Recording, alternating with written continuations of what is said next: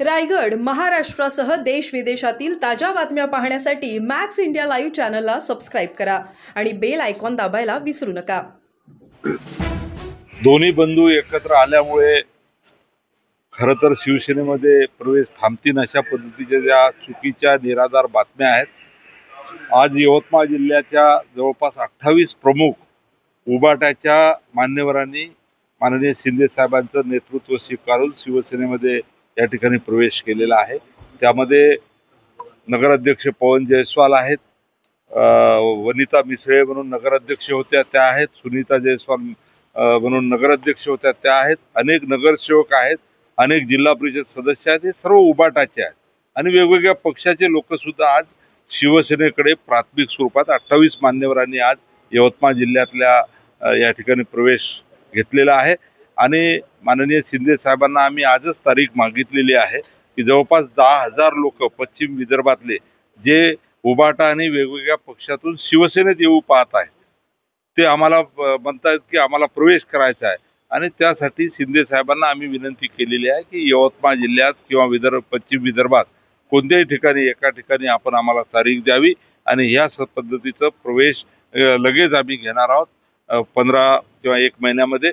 आणि मोठ्या प्रमाणात माननीय वंदनीय शिवसेना प्रमुख बाळासाहेब ठाकरे आणि आमचे मुख्य नेते सन्माननीय एकनाथरावजी शिंदे साहेब यांच्यावर विश्वास ठेवून शिवसेनेमध्ये मोठ्या प्रमाणात उत्साहाने लोक यायला तयार आहेत आणि ह्या ज्या बातम्या येत आहेत ह्या अतिशय चुकीच्या आहेत, निराधार आहेत, याच्याने काही फरक पडलेला नाही।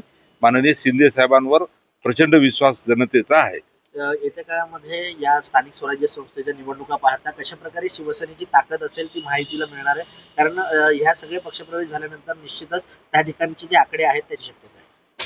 आपण जर पाहिलं एकंदरीत तर पूर्ण मुंबई सहित पूर्ण महाराष्ट्रामध्ये जे स्टँडिंग नगरसेवक होते, जिल्हा परिषद सदस्य होते, नगराध्यक्ष होते, वेगवेगळ्या पदावर ज्यांनी काम केलेलं आहे त्या सर्व जर आपण पाहिले तर अनेक मान्यवरांनी सर्वप्रथम या ठिकाणी महायुतीच निवडलेली आहे।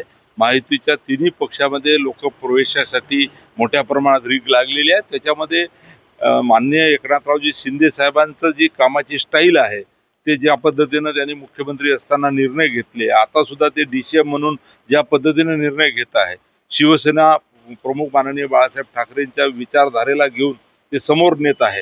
तर या सर्व गोष्टीवर विश्वास ठेवून मोठ्या प्रमाणात शिवसेनेवर लोक प्रेम करत आहे आणि शिवसेनेमध्ये यासाठी या ठिकाणी इच्छुक आहे। माझा यवतमाळ जिल्हा जरी मी पाहिला तर दररोज अशा प्रवेशाची यादी आमच्याकडे येत आहे आणि लगेच माननीय शिंदे साहेबांच्या नेतृत्वात 10,000 या ठिकाणी प्रवेश वेगवेगळे मान्यवरांचा आम्ही पश्चिम विदर्भ आणि यवतमाळ जिल्ह्यातले घेणार आहोत।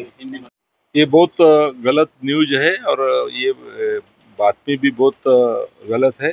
ऐसा कुछ हुआ नहीं है। दोनों ठाकरे बंधु एक हो गए तो शिवसेना में उल्टा बहुत ज़्यादा लोगों की प्रवेश की मांग है। आज यवतमाल जिले के लगभग 28 मान्यवर, जिसमें नगराध्यक्ष थे 3, उसके बाद में जिला परिषद सदस्य थे, कुछ नगर सेवक थे, ऐसे इन्होंने प्रवेश किया है इतने रात में।